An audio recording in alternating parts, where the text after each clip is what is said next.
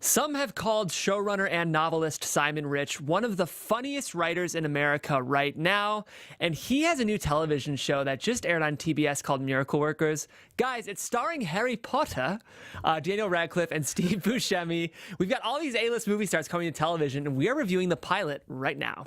You're tuned in to AfterBuzz TV, the ESPN of TV talk. Now, let the buzz begin. I feel like I owe our listeners an apology, especially our British listeners, for just butchering their accents. Yeah, that was funny. And Linda, you're a member of the Commonwealth, so I am. You're closer to London than I'm close to London. Absolutely. Did you guys know Linda's Canadian?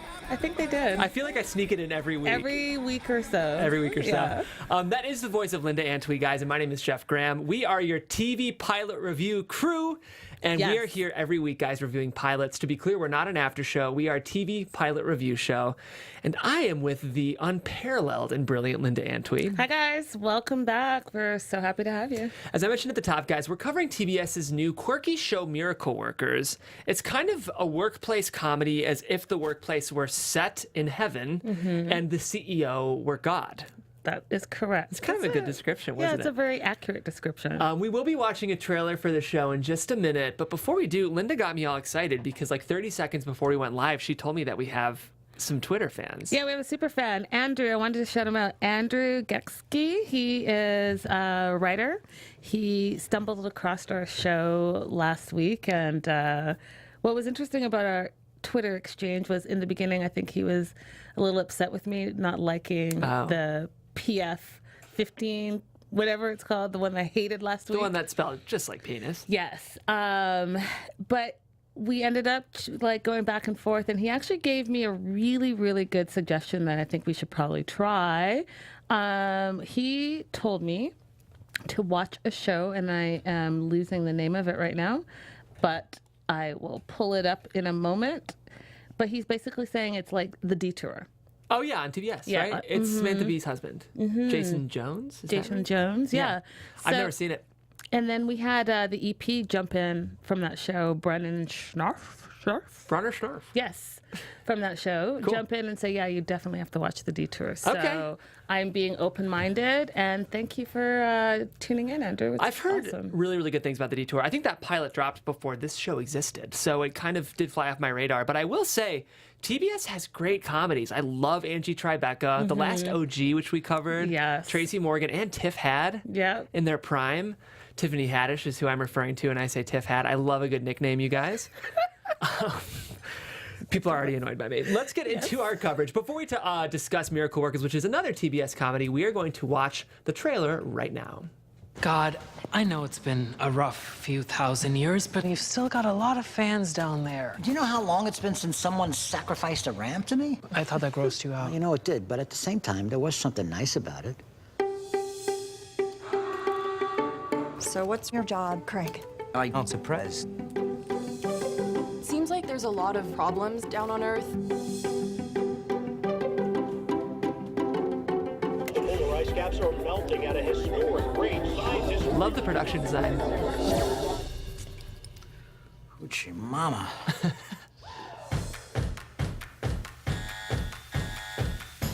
I am transferring you to the Department of Answered Prayers.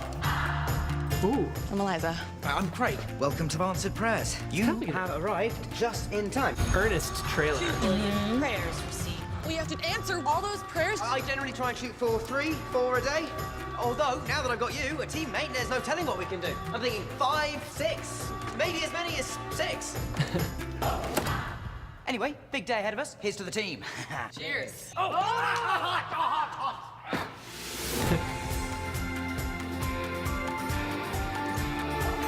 Please, God, we need your help. Earth is in big trouble. It is a mess. We need a miracle. There's got to be something we can do. We have something bigger to discuss. My next thing.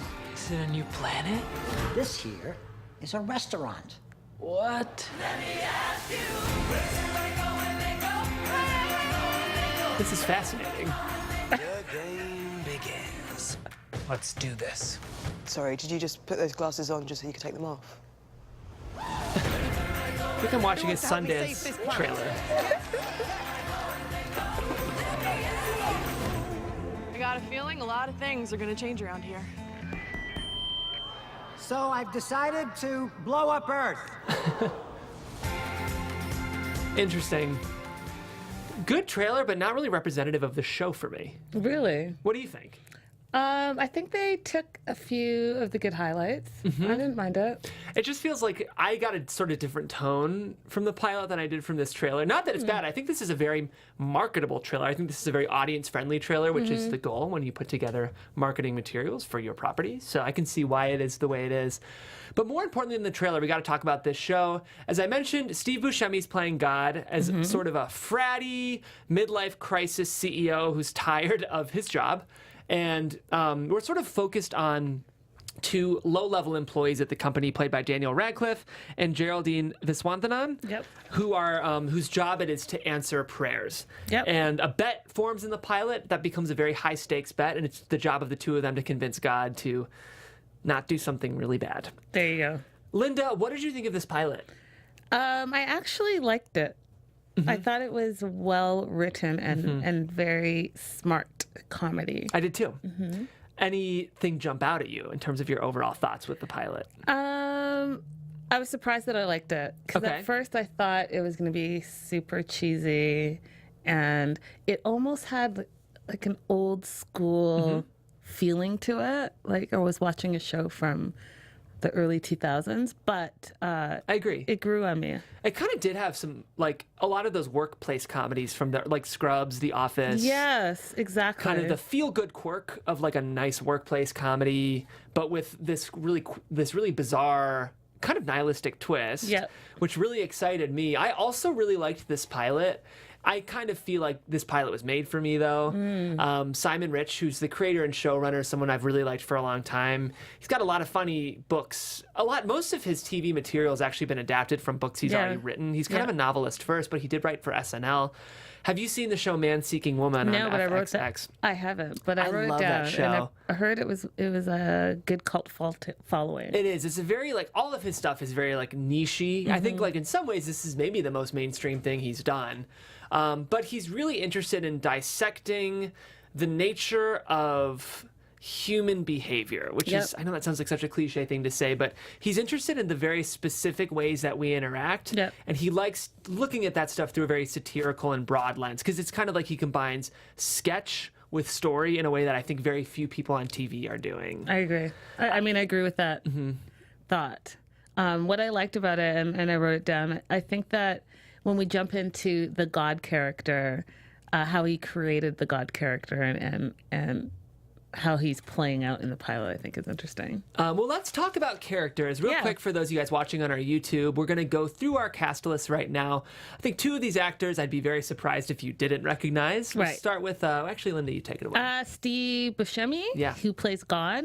You know him in Fargo, Reservoir Dogs, Unbreakable Kimmy Schmidt, and Boardwalk Empire, obviously. I will always think of him in Fargo. Big time actor. I was actually surprised, and I have actually a fun fact about Steve.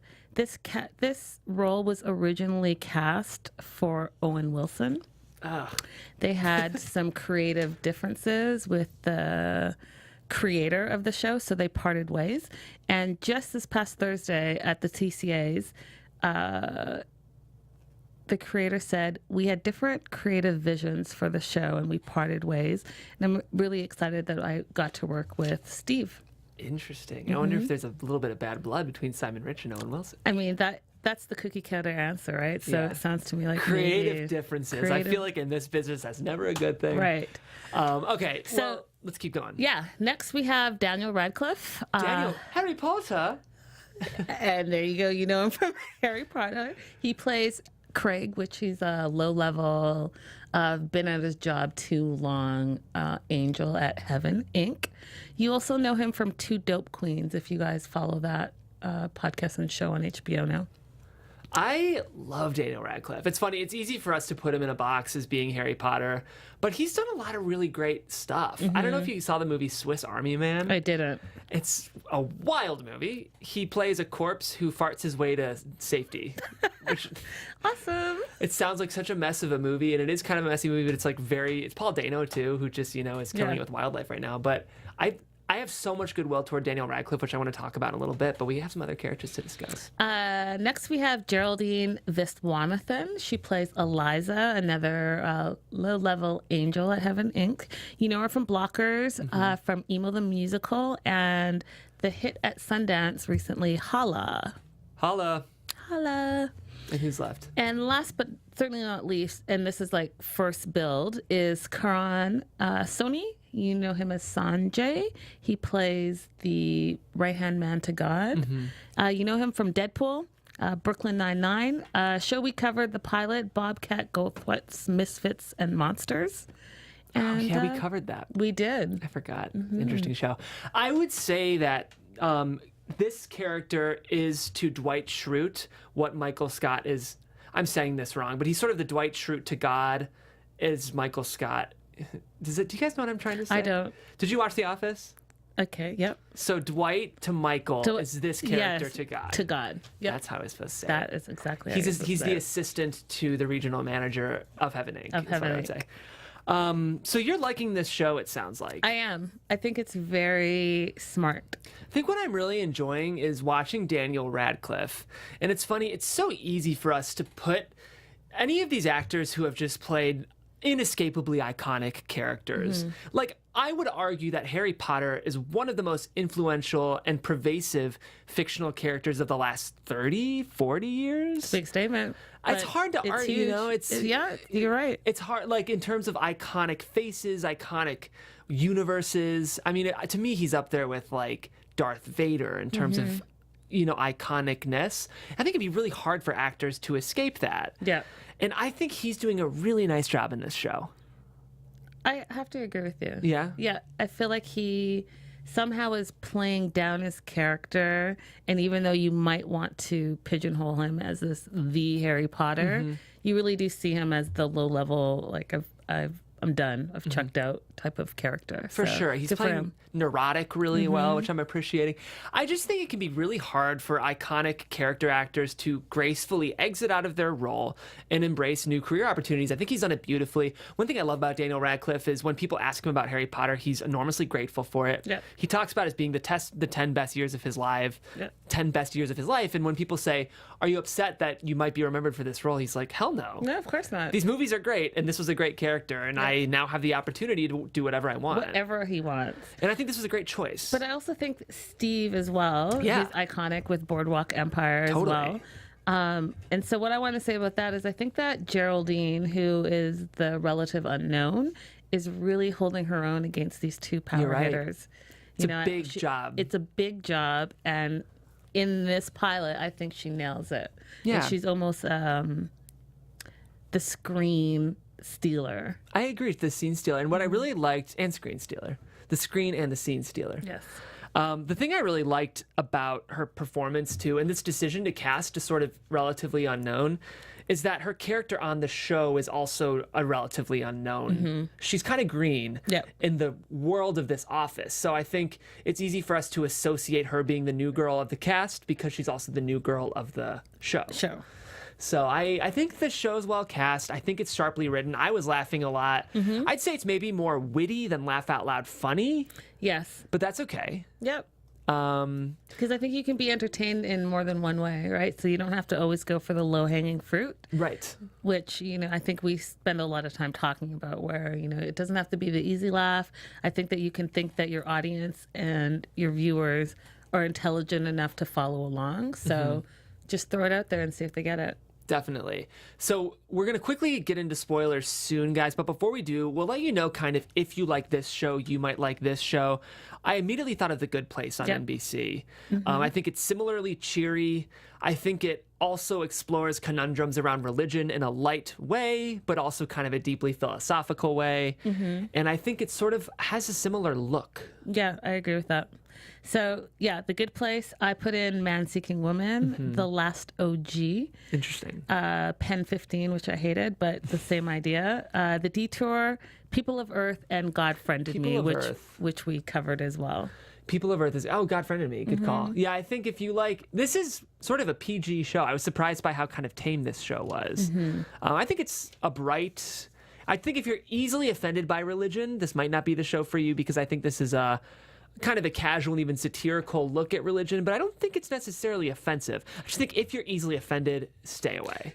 You have to be really easily offended to be offended by the show, because I think they do, they stick very close to not crossing any lines. They're very middle of the road. I did want to say that it is a limited series. It's an anthology, which I wanted to look up because I wasn't 100% sure what they meant. So it's 7 episodes anthology, meaning that if it does get picked up for a second season, they will and have the option to have different lead actors. So in the same frame or zone as a Black Mirror or True Detective or American Horror Story, where you still have the same title, but the storyline may be different and the actors may be different. Huh. Interesting. Well, at this point, guys, we are going to get into our spoiler section. So if you don't want to know anything else, you've gotten our take on the show. I'm going to personally keep watching the show, and I would recommend audiences keep watching the show. So it's a play for me. I'm also a play. I think that it's like 20 minutes with the commercials. So it's like watching a movie. 7 episodes. I can totally commit to that. Totally.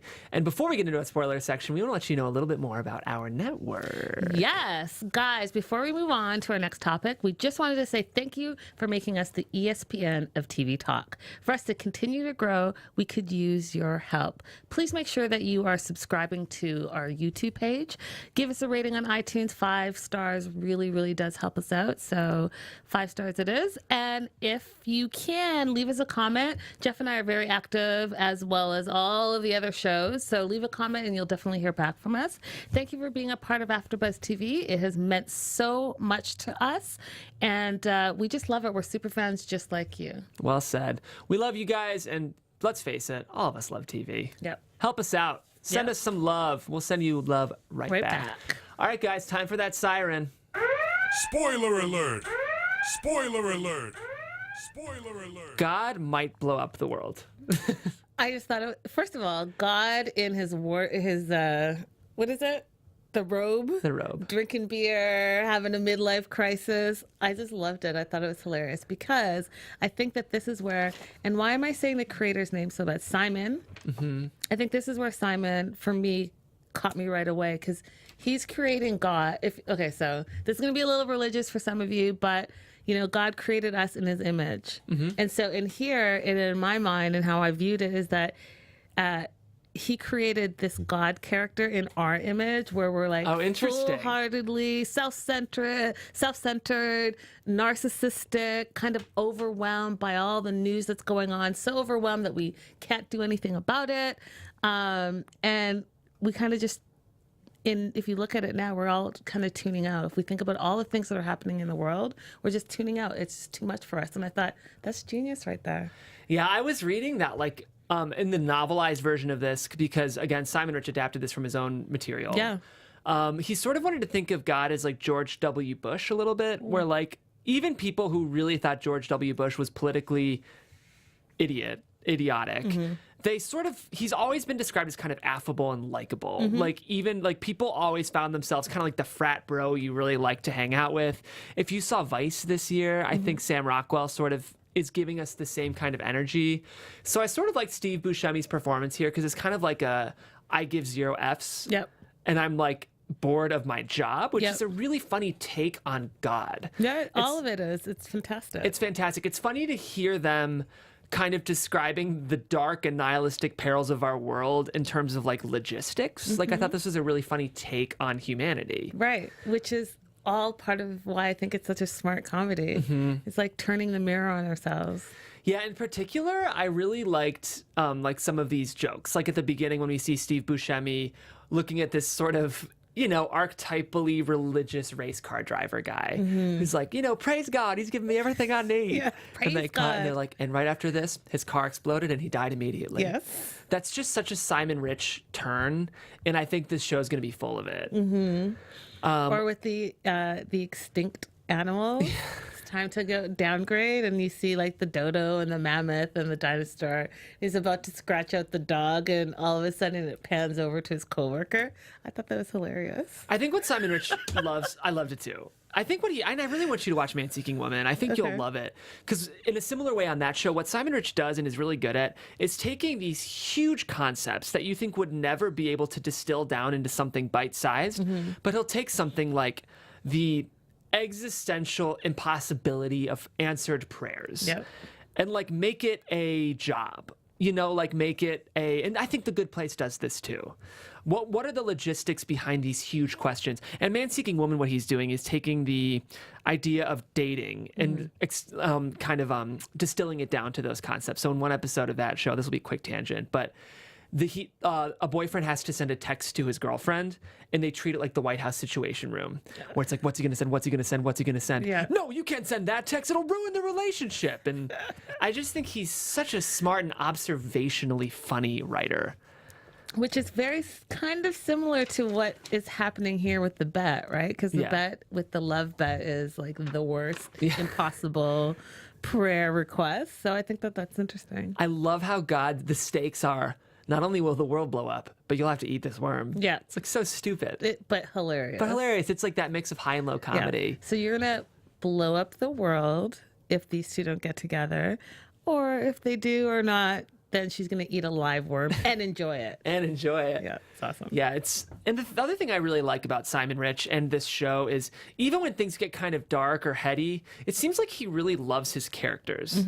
Like I think he has an affection for all of these characters in the show. Yeah, I agree. Yeah. I agree. So there are versions of this show that are much darker and kind of more cynical, but I think at the end of the day, all of Simon Rich's material is kind of warm. I mean, that's what I'm getting from the pilot. I am not too familiar with his other work, and I'll definitely research and watch some of these shows and maybe read a book or two because I love books.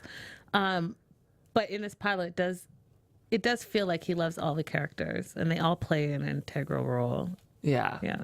I don't know if I have a ton more to say because even for those who have seen the pilot or are listening to our spoilers right now, it's really just kind of, I think the experience is just watching and enjoying the show as it's happening in front of you. Okay. I mean, I can go with that. Anything else that you really strongly reacted to? Just the way God spoke, like his I bet you $100. You can't guess what my next thing is. My next big thing besides Earth is. That's hilarious. Yeah. I'll bet you $100. Yeah, it's quirky. I like what Steve Buscemi's doing here. So yeah, I think we're really liking the show. I think we are. We will be adding a new segment to our show, guys, where we kind of go over who we think the target demo for these shows is, who we think TBS is trying to wrangle here. I think they're trying to grab the exact same people they've been trying to grab for the last 3 years, since they've been really kind of leaning into this comedy push. Okay. People who like Angie Tribeca, people who like The Detour, people who like The Guest Book, all of these shows. Excuse me, I don't know if you agree with me. I think so. I don't know enough about TBS, to be honest. Yeah. And even when I was looking for the show, and I'm glad it's on TBS and all of that, but when I was looking for the show, I was having a hard time finding TBS in general. Right. Yeah, it's interesting because they've leaned into these kind of culty comedy shows, and I wonder if it's helped them or not. I don't know, but this show is hilarious. So it actually brought me to, TBS, I remember that network, if that sounds terrible or not. But right. Yeah, I think that they should do more promoting. Yeah, I agree. I mean, it's tough because like who's promoting now at all? I mean, someone's promoting because, you hear of these shows. Like when you recommended this as our next look at, I had no idea. And I like to sometimes go in not knowing so that I can have a fresh take on it. But then I was like, TBS, why? That was my first reaction. Yeah. I'm being honest. Like, why are we doing TBS? Like, what do they have? But this comedy, this genre, it's big. It's what they're leaning into. It's funny though. I could see this airing on like an FXX. They're the ones who air Always Sunny. They aired Man Seeking Woman, which is maybe why I'm feeling that. But I think TBS would be the second best choice for a show like this, especially with what TBS is trying to do. Conan is on TBS right now, and I know he's like one of Simon Rich's biggest champions, like Conan would say. And he said on the record that Simon Rich is one of the funniest writers living in America right now. That's a huge statement. I don't know if I agree with all that, but It's interesting. People who like Simon Rich bow down to him. And I will say, Linda, you should read some of his books because I'm going to. He's one of the few writers that when you're reading him, I think his written material is better than anything he's done on TV. He has the ability to actually make you laugh out loud when you're reading his material. And I'm hoping that I can pick this up so that I don't sound crazy. I went and did a set visit this week, and I have to tell you that I'm really excited about this Sherman's Showcase on IFC. And the two writers and why I'm bringing this up is because we're hearing that Simon Rich's, or I'm hearing for the first time, is, one of the funniest writers. But this Sally Hutton, I'm saying it totally wrong, and Riddle, who are a writing duo, and they've written for Jimmy Fallon. They used to do Chocolate News. These two are hysterical. Yeah? And they have a ton of work underneath them. One's an Emmy and WGA writer. Nominated. And I find them hilarious. And when is this pilot coming out? It's not coming out till June. Well, we'll definitely cover it when it does. Yes. IFC is an interesting reference because that's maybe the last channel I could see this living on. It kind of feels like that hipster sort of cult comedy, smart, So those three networks, I think TBS ultimately makes sense for this show, though. Do you think people are going to watch it? I'm not sure. I think that maybe they will. But again, we've talked about this a lot. I think that it's crowded, right? So how do you make this stand out from everyone else? I think maybe because you have two heavy hitters, maybe you're going to get the Harry Potter Potterheads. The Potterheads. Right. And maybe you're going to get the Boardwalk Empire because where else have we seen Steve recently? So maybe you'll get that, but they're going to be in for a shock because it's not that. It's not what they're used to. But if you're a super fan of any actor, really you'll follow them wherever they go. It's true. And a lot of people love Daniel Radcliffe. Yeah. It's funny, though, because I don't even know if people watching the show matters for renewal anymore. I mean, obviously it does, but the metrics behind renewals and cancellations, the truth is hardly anyone's.